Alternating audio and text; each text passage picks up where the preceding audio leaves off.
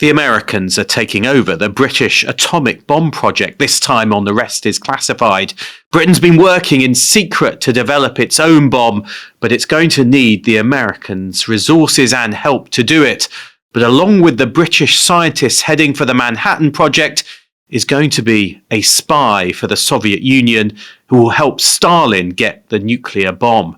And it's a spy that MI5, the British Security Service, let slip through its net.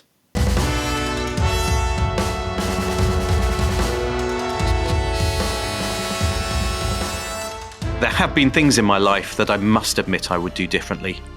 Looking back at those 72 years I've lived, I can see all the mistakes I made and those I could have avoided. But I'm deeply convinced that in spite of all the mistakes and the negligent behaviour, if the line of your life still took you towards the goal you'd set once and for all, if you were able to reach that goal, or at least get closer to it, if going in that direction you did not lose yourself, nor squander your strength, commit anything contemptible, humiliate yourself, climb over dead bodies, nor harm others to get there, if you were able to maintain the moral course within your soul, which in every language is called conscience, you can consider your life a success. Welcome to The Rest is Classified. I'm Gordon Carrera. And I'm David McCloskey. And that was Klaus Fuchs, writing later in his life. It was the first paragraph of Gordon's new book for everyone. My autobiography. Yeah, of Gordon's autobiography.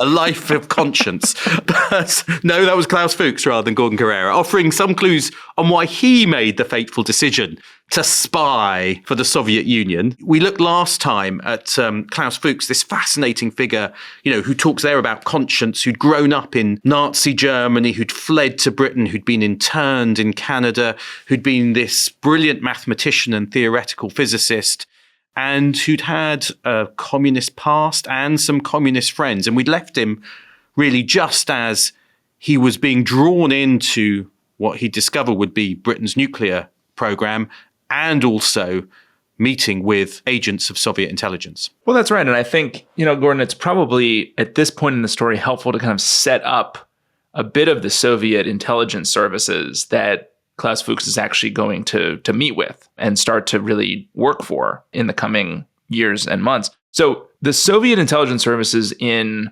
sort of late 30s, early 40s are highly effective in many respects. They've recruited a lot of high-profile assets in the 30s and 40s.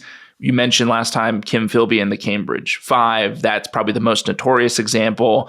I mean, there's a lot of, ideological fellow travelers to Soviet communism in this period, aren't there? And people who kind of see in the Soviet Union, in Russia, a kind of shining example of an anti-capitalist future that's more equal, more just.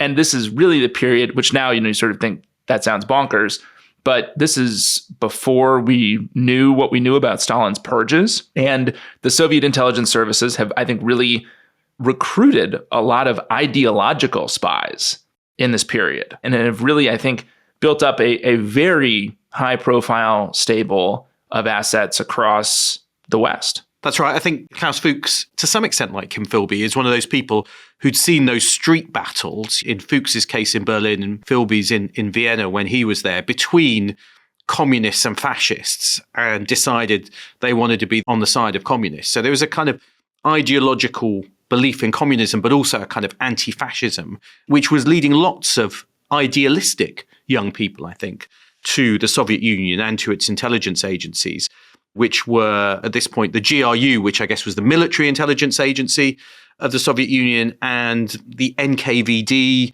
which we know better as the KGB, which is the civilian foreign intelligence directorate of the Soviet Union. Well, and I think also there's a tendency, and there's good reason for this, to just basically call every organ of Soviet intelligence the KGB, because they changed pretty consistently throughout this period. It is worth saying that the GRU is separate. And that's the group which Fuchs had originally been put in touch with, was GRU, through his kind of communist contacts in that left-wing hotspot of Hampstead in North London. When we think about Soviet intelligence in this period, and frankly, I think even today, to sort of either take one of two extreme views. One is that they're 12 feet tall. They've recruited tons of high-profile assets. Kind of true in some respects. But then on the other side, Stalin's purges have absolutely wreaked havoc on their capabilities, because these services were not immune from the purges that happened in Moscow in the mid to late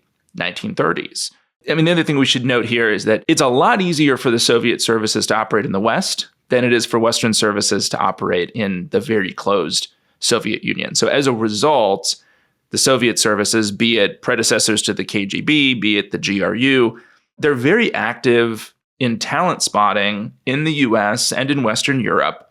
There's this large pool of potential kind of ideological recruits. The people that we're going to talk about in the story today are these kind of German communist emigres who were in Great Britain, but are kind of ideological fellow travelers with the Soviet Union. And, I think from the Soviet intel standpoint, in April of 1941, which is when Klaus Fuchs first meets with this GRU officer in London. Now, at this meeting, it's kind of unclear if Fuchs really knew who this guy worked for. He's introduced to him as Mr. Johnson, speaks near perfect English, but with this kind of interesting accent. From the Soviet intel standpoint, I think Fuchs is a very interesting potential target, but he doesn't yet have access to secrets, does he? I mean, he's a theoretical physicist who's potentially in the swirl to get involved in the British atomic bomb project, but he's not yet involved. He's not yet involved, but he's about to be. And I think it's kind of likely he might have some sense of what's going on because some of his kind of contacts and mentors are deeply involved in this.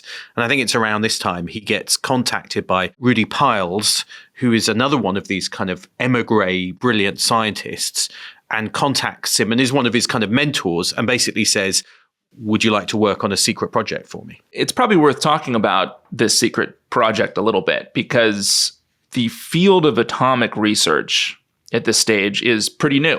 You rewind to even 1940, a year earlier, and it's this Rudy Piles guy who's going to become one of Fuchs's mentors, who had written a memo that ends up on Churchill's desk that outlines the feasibility of an atomic bomb.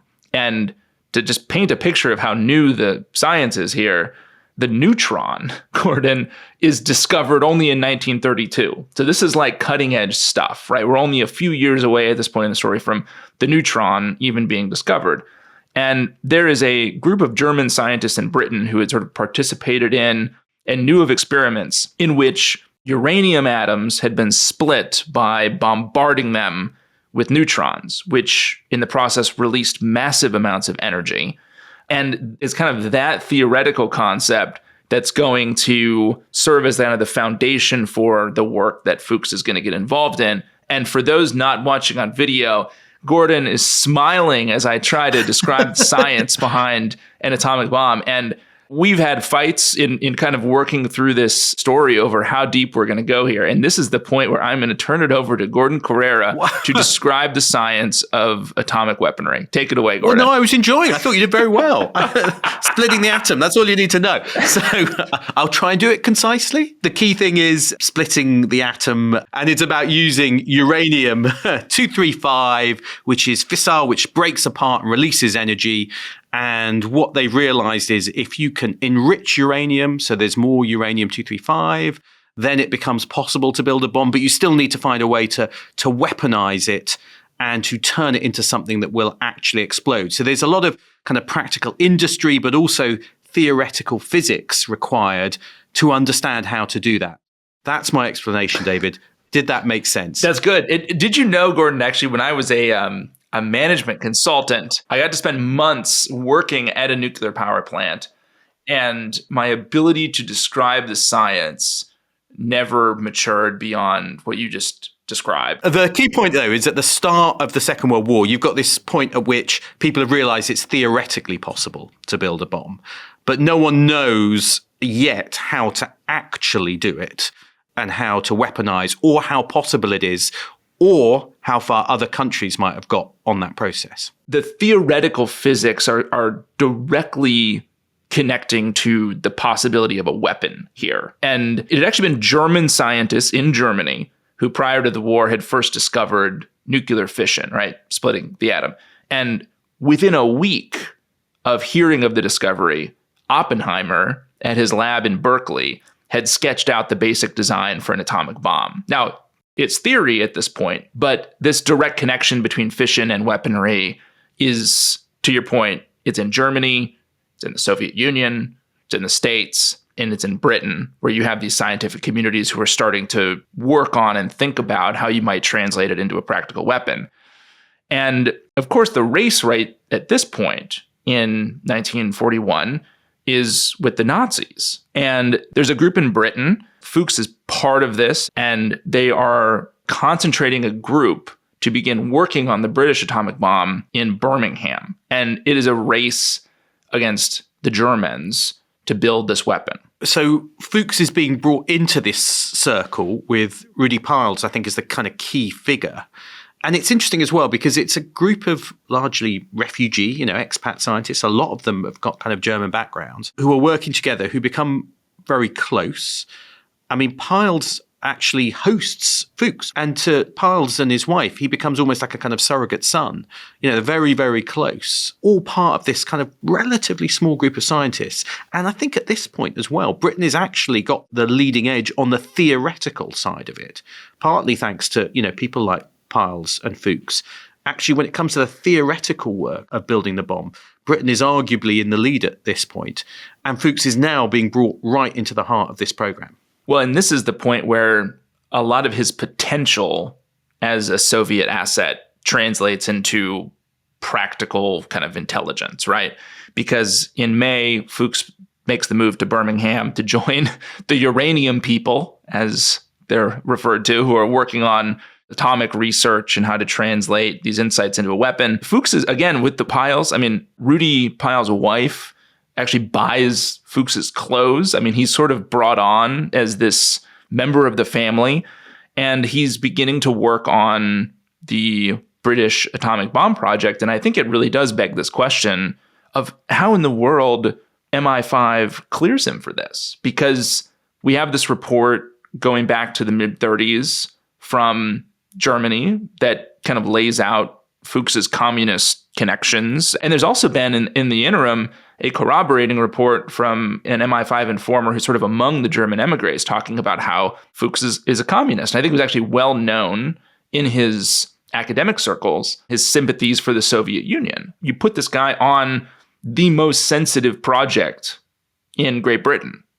It's crazy. Yeah. I mean, in some ways, this is the second kind of failure for MI5. And I think the reason why they fail, it looks like, is partly because it is so secret. Because it looks like MI5 are kind of asked to check whether he can kind of work, but they're not told on what. Because the secrecy around the nuclear weapons program is so intense that they are not told about it at MI5. So as far as they know, this is just someone working who's being asked for a job through the Ministry of Supply or something else, to do some work. And so I don't think they quite grasp the fact that he's going to be working on the most secret things.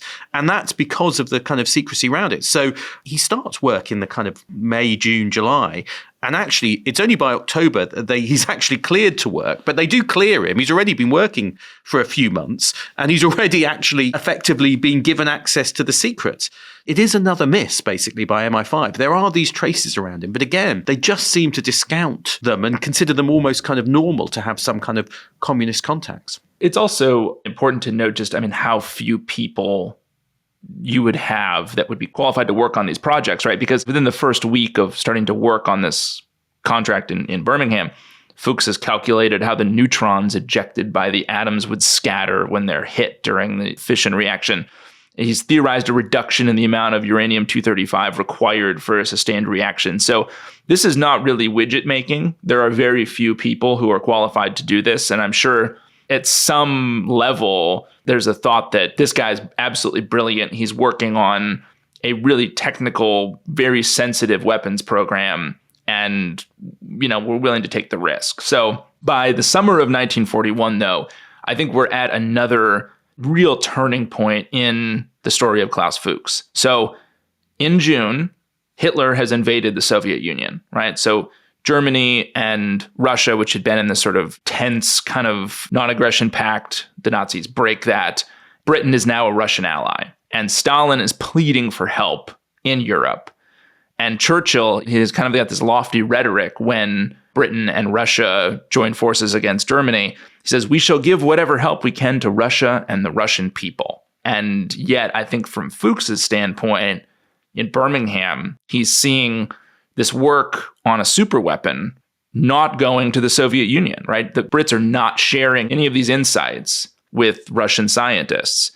And I think it's fair to say, given what's going to come next, that Fuchs is going to see this lack of British aid to Russia as a kind of twisted desire for both the Soviet and German armies to destroy each other, and it's going to sicken him. It sounds like you're the one being quite sympathetic to Fuchs at this point by saying, well, that we're allies, so we were keeping this nuclear development secret from... I mean, I thought I was the one who was kind of more sympathetic to Fuchs. There's an ambiguity about when he really starts passing secrets to his contacts, and whether it's actually might even be before the Nazis invade the Soviet Union, which would be a more controversial thing, because then the UK and the Soviet Union weren't allies. But certainly he is motivated by helping the Soviet Union, and he now has the access, I guess, to some of the most deepest secrets that the UK has. And he's just going to pass them on to an ally? Is that okay? Well, no, it's certainly not okay. I mean, I'm merely,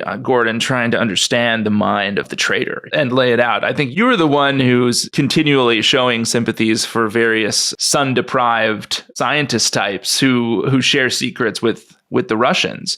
And you're right, though, that it is not exactly clear when in this period in kind of late spring, early summer, Klaus Fuchs makes the decision to kind of take things to the next level and really start to provide the Russians with practical intelligence.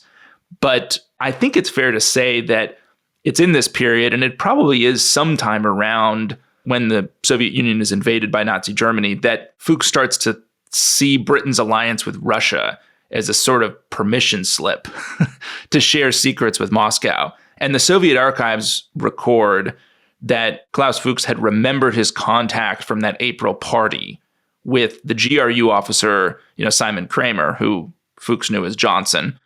And so what happens probably in June of 1941 is that Klaus Fuchs reaches out to a friend who's probably a talent spotter, who passes on a message to the GRU. And the GRU then decides, with Fuchs kind of volunteering, raising his hand, and with his new access from his work on Rudy Piles' team working on the British bomb, the GRU decides to recruit him.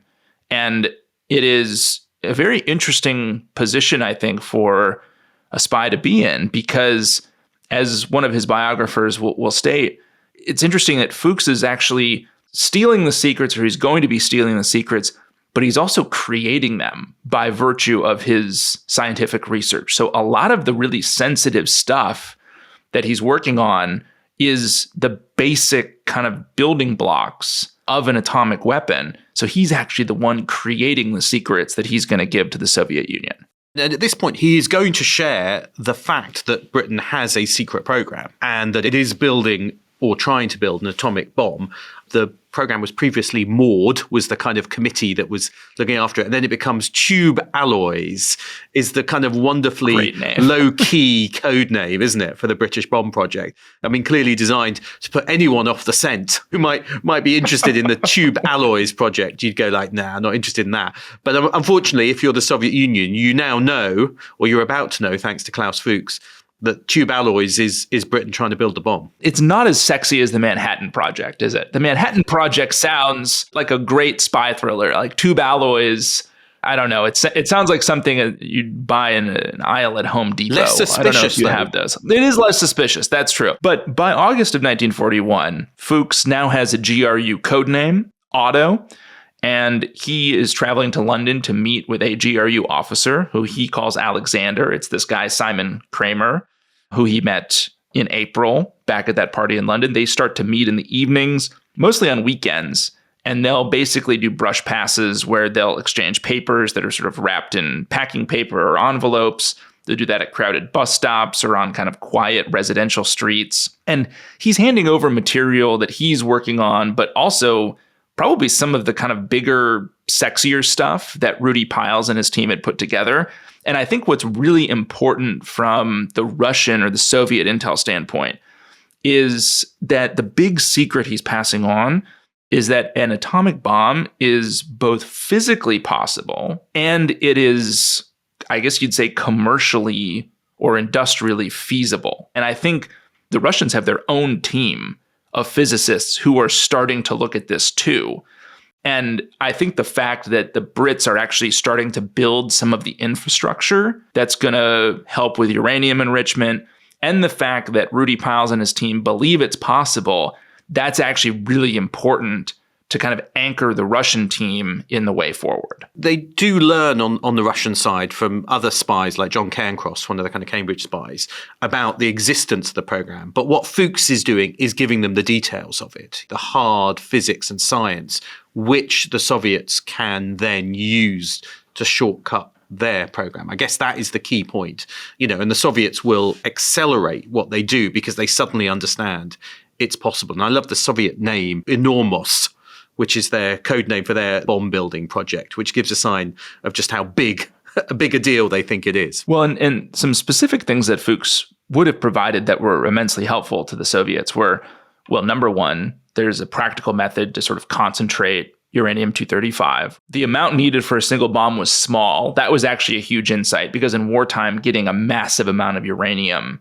to enrich could be technically challenging, right? So if you don't need that much, that's huge. And Fuchs also reports that a contract had been placed to design this kind of diffusion or enrichment plant that would be ready in Britain by the end of the year. The GRU director himself in this period describes Fuchs's intelligence as very important and kind of gives this assessment that the Brits are researching a weapon that would put humanity on the road to hell.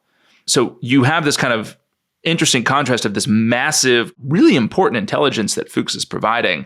But we also see in this period that he's kind of an amateur at the spying game, despite his time in the communist underground in Berlin. So he contacts his GRU handler directly by telephone on more than one occasion, which is sort of a breach of proper tradecraft. And a memoir actually written by one of his KGB handlers later on is going to suggest that Klaus Fuchs showed up at the Soviet embassy to find his handler once and to try to hand deliver 40 pages of notes on the state of the British atomic bomb project. So you have, I think, kind of in this early period, and we'll see how Fuchs develops out of this or sort of matures out of it, the sense that, Fuchs is kind of new to the spying game. He's a theoretical physicist, right? He hasn't been trained to do this. No, he's following his conscience. And I love this one particular detail, which is that Rudy Piles' wife remembers that sometimes he would kind of look miserable and have this cough. And this cough is really interesting because the cough and the kind of sense of illness seems to appear whenever he's kind of been undertaking some kind of spycraft. And when he's kind of nervous or conflicted, he develops a really bad cough. And you almost feel this is some kind of like indication of the psychological stress he's under. Because I do think, going into that psychology of the guy, I think it is really interesting because he is someone who is following his conscience. He believes this is the right thing to do to pass these secrets to the Soviet Union. And yet he is also betraying his friends, his colleagues, the people around him, the people who've given him kind of refuge and help and supported him. And I think you can see the kind of psychological toll that takes occasionally on him between these two different compartments of his life by the kind of cough and the fact they'll notice he looks really miserable and gets kind of ill and starts coughing. And that seems to come up again and again when he's under this intense pressure. Well, and just to make sure that listeners understand that unlike Gordon, I'm not a Klaus Fuchs sympathizer. The betrayal here is really stark, isn't it? Because he's living in Piles' home. Rudy Piles' wife is making meals for him, buying his clothes. She's kind of like a surrogate mother.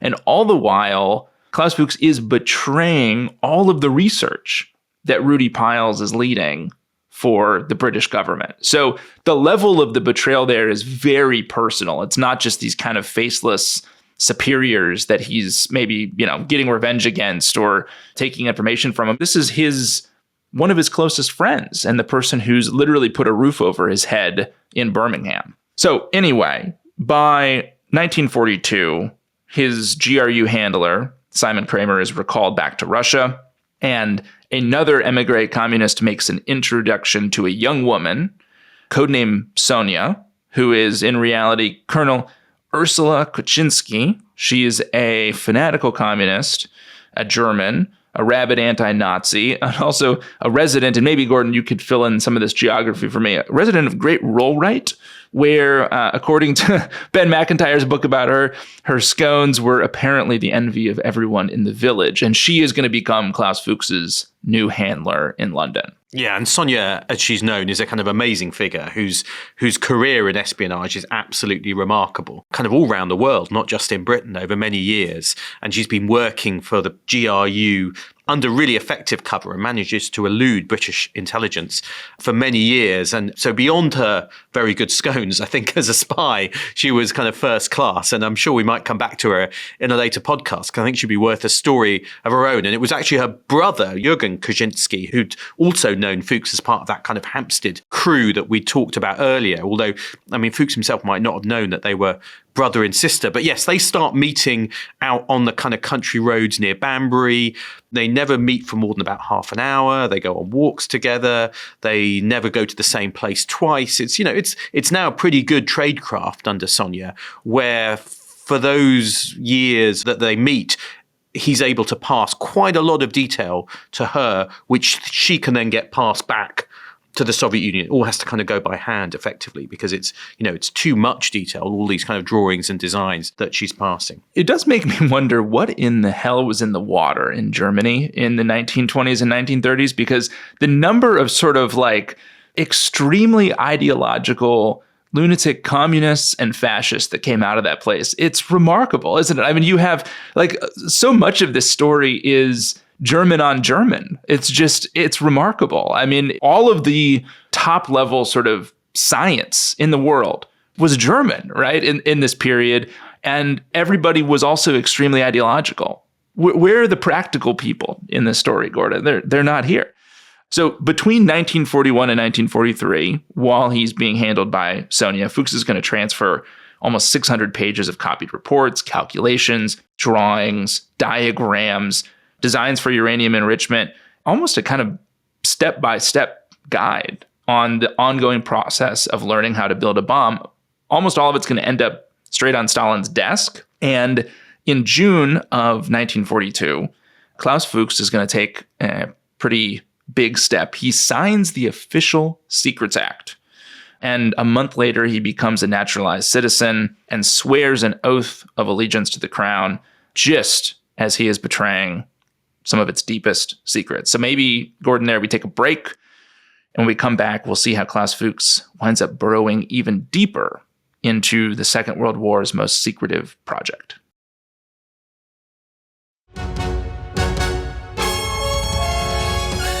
Welcome back. It's 1943, and Klaus Fuchs has been passing some of the most sensitive secrets of Britain's atomic weapons program to his Soviet handlers. But he's now going to get the chance to pass American secrets as well. And that's because the two sides, Britain and America's atomic weapons program, which have been largely separate, are about to come together. And I guess it's a reflection that Britain does have something to offer, because it's got the lead, arguably, on the kind of theoretical physics, the kind of work Klaus Fuchs has been doing. But it doesn't have the infrastructure and the resources to actually build the plants and carry out the work to build a bomb. That's something that I think Britain knows America can do. But the relationship between the two countries, it's fair to say, was not altogether easy, even though they're close wartime allies when it comes to the nuclear program. I mean, they're both kind of maneuvering around who knows more, who can do more, who's going to benefit after the war. It's not entirely easy, is it? No, it's not. It is a sort of classic mid-century British conundrum, isn't it, Gordon, to have something to offer, but none of the resources to actually make it happen. And so, of course, the answer is to send us a communist spy to be embedded in our atomic bomb project. It's really the gift that keeps on giving. That said, by 1943, the strategic situation, as you mentioned, is very different now. America's fully in the war after Pearl Harbor. Both countries have been looking at atomic bombs. But you guys, Gordon, you do have some big problems. One is it's a massive undertaking to build one. You need a bunch of plants all over the country. It's very capital intensive, which is not something you have a lot of. And that infrastructure, even if you did build it in Britain, would not be safe from the Luftwaffe, right? From German bombing. And so by the summer of 1943, the US and the UK have signed a top secret agreement called the Quebec Agreement. It was not even made known to the US Congress at that point. And it is a merger, in effect, to build a bomb. But it's a very, I'd say, a lopsided merger, Gordon, maybe sort of a hostile takeover. The Americans will get to decide whether and how to share relevant industrial or commercial insights with the Brits. British scientists who work on the program will waive the right to any patents. And so it's kind of, I think, reflective of the fact that we're bigger and have more resources than you do. We basically do all the kind of intellectual work for the relationship, and then you get to commercialize it. That's basically what the Quebec Agreement seems to me when I look back on it. You know, you take all the benefits of it, and Britain gives up all of that, but we give you all our kind of best minds. So, well, basically what you do is you send us a bunch of Germans, right? So on December 3rd of 1943, Klaus Fuchs, along with Rudy Piles, who's the leader of the British A-bomb project and another chemist, they land in Norfolk, Virginia. They take a train to DC. They meet with General Leslie Groves, who will be well known to listeners of this podcast almost certainly as Matt Damon from Oppenheimer. He is running a project for the Army Corps of Engineers, the Manhattan Engineer District. Its East Coast headquarters is at 270 Broadway in New York City, and it is the Manhattan Project. Now, Fuchs, of course, like any good visitor to New York, he is going to stay at a Trump property. He stays at the Barbizon Plaza. Today, it's a Trump Park condominium complex. When Fuchs arrives, it's not clear how long he's going to be in the States for, right? And it becomes clear pretty quickly that he's going to stay for a while. He moves into a more permanent accommodation.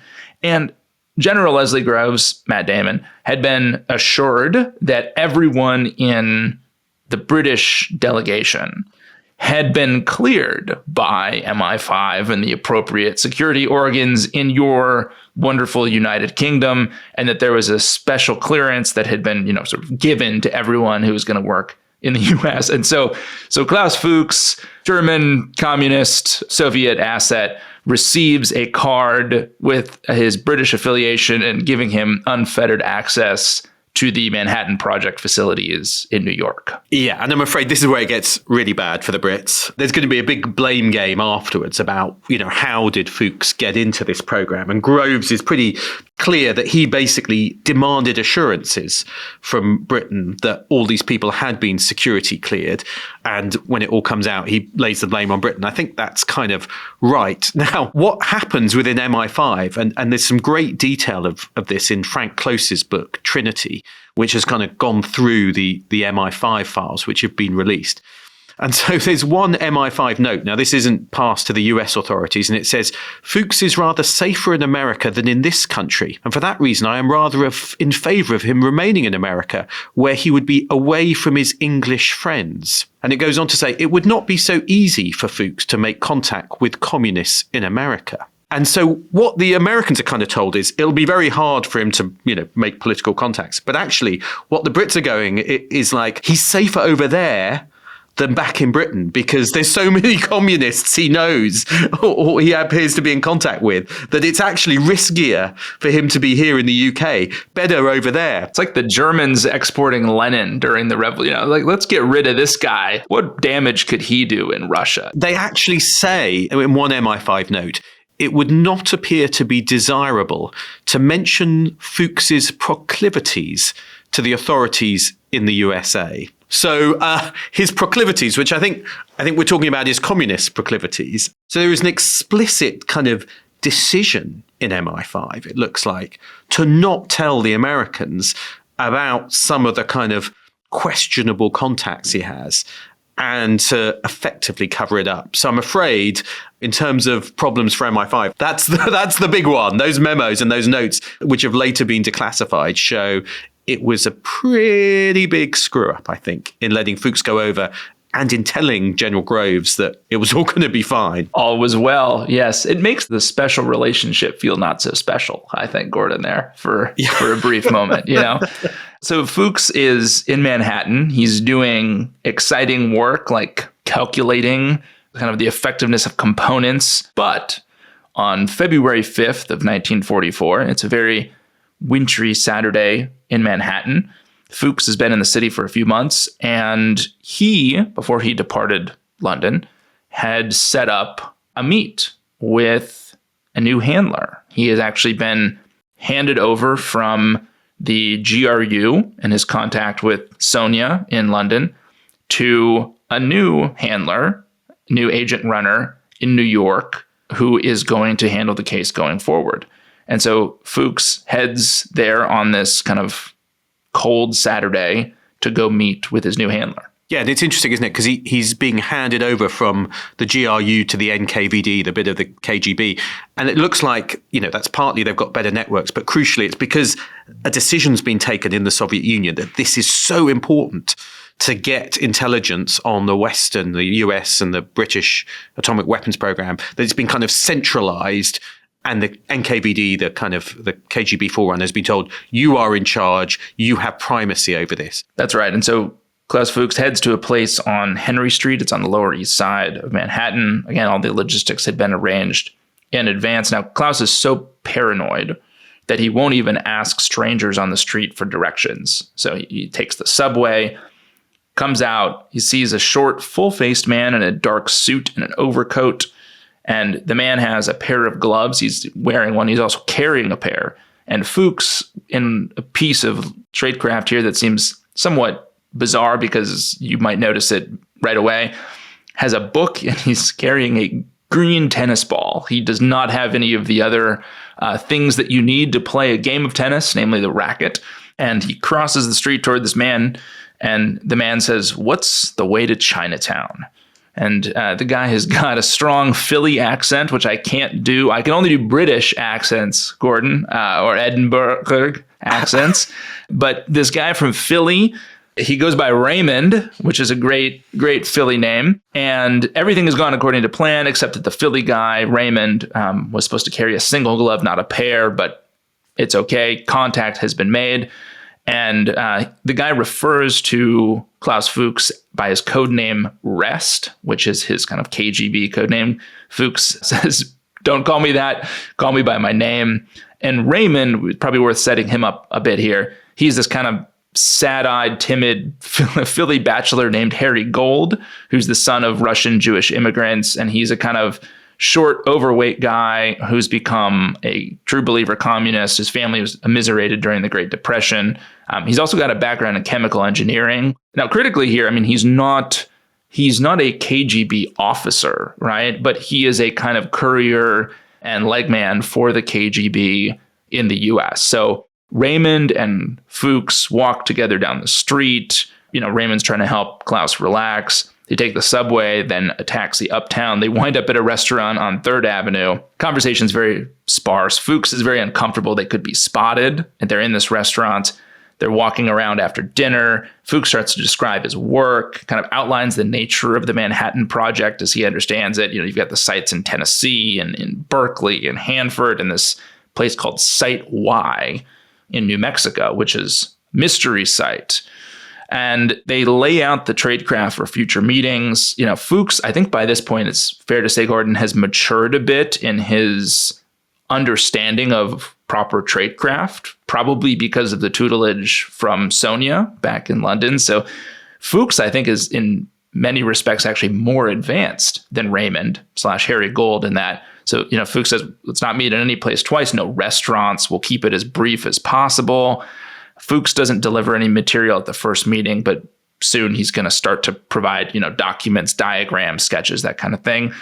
And the way this works on the KGB side is that after the meetings, pretty much right after, Raymond goes and meets with someone named John, who is not John, but is in fact a Russian, a KGB officer who works out of the Russian consulate in New York. And then all the information gets passed on to Moscow.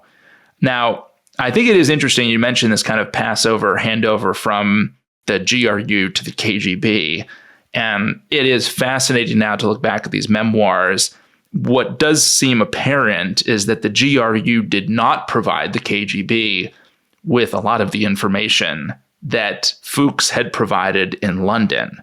And Fuchs is irritated by this because a lot of the stuff that Harry Gold, Raymond, is going to ask for, he had already provided in London, right? And it's coming from the fact that he's getting tasked by a new service. And the KGB was paranoid about the GRU attempting to actually swoop back in and maybe take the case back over. So you kind of get this insight into the inter-service rivalry that I think really plagued the Soviets at this time. Yeah, there was a lot of rivalry, and I think there still is between the GRU and the kind of foreign intelligence directorates of the KGB and its predecessors and successors. So that absolutely makes sense. But it's also, I think, that the KGB are slightly more professional. But Harry Gold is a kind of interesting character because they're also going to use him to contact some other spies that they've got out there in the US, which also adds to the kind of, I think, some of the problems for him and what happens to him later. But at this point, it's working pretty successfully in that they're able to keep meeting, they're able to keep passing secrets during this period when Fuchs is in New York and it's not quite clear where he's going to go to next. Well, and he's going to meet with Raymond on a monthly basis while he's in New York. These kind of fleeting encounters in dark, usually down market areas of the city. Klaus will hand over documents. He'll find Raymond to be kind of too casual, kind of sloppy. Klaus will later say that he was irritated because Raymond had a habit of, while they were walking, you'd very obviously look backwards to see if they're being tailed, which is sort of a no-no. And what Klaus is doing in this period is he is exploiting a seemingly sort of mundane loophole in the way that the Manhattan Project is actually managing documents. If listeners will recall our pod a while back on Adolf Tolkachev, who was a spy that the CIA ran in Moscow, the way Tolkachev got a lot of documents out to be photographed was just kind of exploiting these random banal loopholes in the way documents are managed. Now, Klaus Fuchs is going to do just that because when he's working inside these Manhattan Project facilities, he actually is producing a lot of his calculations, a lot of his material longhand. And then that material is handed over to typists who type it up, give specific numbers to those documents for distribution to specific individuals, but the typists hand the longhand back to Fuchs when he's done with it. So he actually gives these copies to Raymond, his KGB handler. And if Fuchs wasn't the author of something he passed, he would just take the document home, copy it longhand, and then hand that to Raymond and the KGB. It goes back to the point, though, that it's the power of Fuchs being the man originating the secrets. He's not just someone who's having to kind of steal them from a safe when no one's looking. They're effectively, a lot of them are his documents or ones that he should have access to. And that's why he's able to get such sensitive material and hand it to his contact. In New York, just to set up a bit of, Fuchs the man, I mean, he's basically living as a recluse, right? I mean, he is in a massive, new, at that point, modern city that was not under fear of bombing by the Luftwaffe. And so there's, material plenty. He doesn't really know anyone. The British delegation is small. He's living alone in an apartment on the Upper West Side. And in this period, someone describing his social graces said, in talking, Fuchs's spontaneous emission is very low, but his induced emission is quite satisfactory. So in other words, he only speaks when he's spoken to kind of character. And he's having these meetings with Raymond on a monthly basis, and kind of probably one of his few social outlets is meeting with his handler. Now, it is a period here where toward, I guess, really the middle of 44, his work in New York is actually coming to an end. Like they're kind of running out of useful things for Fuchs to do. And what then all of a sudden becomes clear is that his next assignment is going to be either back in England, God help him, back to obscurity, or going deeper into the American atom bomb project by going out to this sort of mysterious Site Y in New Mexico. And on August 5th of 1944, Fuchs is scheduled to have a meeting with Raymond. He misses the meeting, and then he misses the backup meeting. And he goes missing. And Raymond and the KGB in August of 1944 have absolutely no idea where in the world is Klaus Fuchs. And so with that, let's leave it for this time with Klaus Fuchs mysteriously disappeared. And next time we can find out where he goes. And he's going into the absolute heart of America's secret nuclear weapons program, where he's going to be able to witness that first test of a bomb and provide some of its deepest secrets to the Soviet Union. See you next time. See you next time.